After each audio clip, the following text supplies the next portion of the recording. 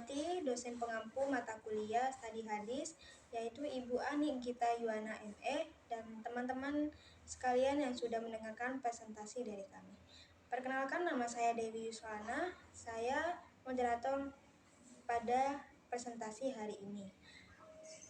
Kami dari kelompok 5 akan menjelaskan materi yang berjudul Kajian Al-Quran.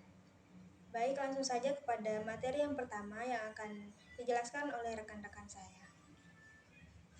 Assalamualaikum warahmatullahi wabarakatuh. Saya akan menjelaskan latar belakang Al-Quran. Secara bahasa berasal dari kata qara'a, yaqra'u, qira'atan, Qur'anan, yakni suatu yang dibaca atau bacaan, sedangkan secara istilah merupakan kalamullah yang diturunkan kepada Nabi Muhammad SAW dan sampai kepada kita secara mutawatir, serta membacanya berfungsi sebagai ibadah. Adapun kedudukan Al-Quran sebagai sumber hukum Islam telah disebutkan secara detail, yakni hal-hal yang berhubungan dengan ibadah dan al-ahwal arsi sahihah. Al-Quran merupakan sumber dari ajaran Islam pertama sebelum hadis. Terima kasih. Di sini saya akan menjelaskan tentang pengertian Al-Quran.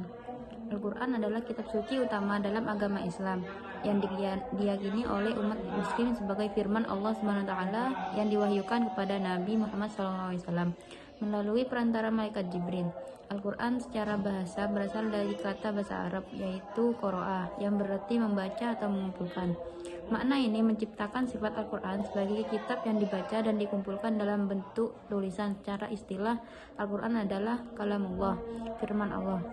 Al-Quran diyakini sebagai wahyu langsung dari Allah SWT, mukjizat Nabi Muhammad SAW. Al-Quran merupakan mukjizat terbesar Nabi Muhammad SAW yang membuktikan kenabian dan kerasulannya. Nama-nama lain Al-Quran. Al-Huda artinya petunjuk atau pedoman. Al-Quran menjadi petunjuk umat manusia ke jalan yang benar. Yang kedua, Al-Furqan artinya pembeda. Al-Quran menggambarkan dirinya sebagai pengetahuan. Yang ketiga, Alkitab artinya kitab. Yang keempat, Az-Zik artinya pengingat atau peringatan. Al-Quran menggambarkan dirinya sebagai ingatan. Yang kelima, Asyifa artinya obat. Al-Quran menjadi obat bagi penyakit yang ada dalam dada.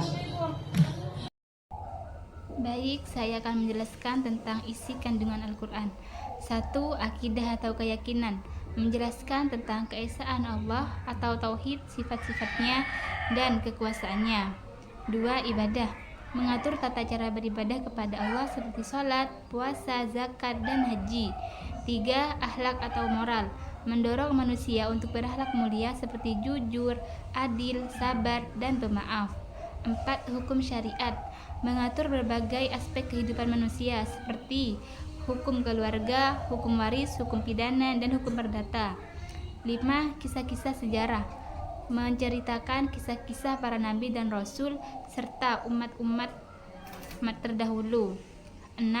Ilmu pengetahuan, menyebutkan berbagai fenomena alam dan ilmu pengetahuan yang menjadi bukti kekuasaan Allah. 7.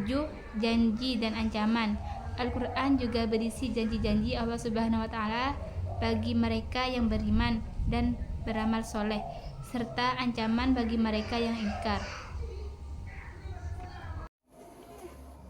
Baik, di sini saya akan menjelaskan fungsi Al-Quran.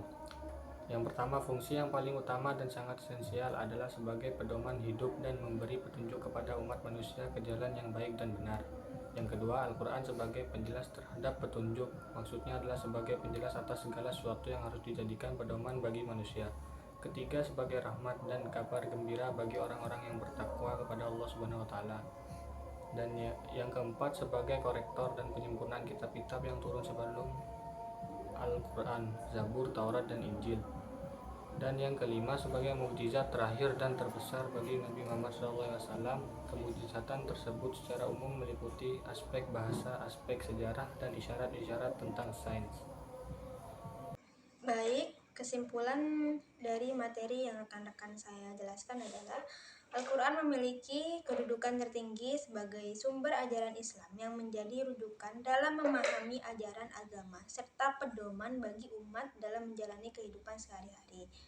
Sebagai sumber pertama, Al-Quran juga menjadi dasar bagi sumber ajaran lainnya seperti hadis, ijma, dan qiyas yang berfungsi melengkapi dan menjelaskan lebih lanjut ajaran yang ada dalam Al-Quran. Dengan demikian, Al-Quran berperan sebagai pondasi yang tak tergantikan dalam seluruh tatanan ajaran Islam. Mungkin ini saja yang kelompok saya bisa jelaskan, kurang lebihnya mohon maaf. Wassalamualaikum warahmatullahi wabarakatuh.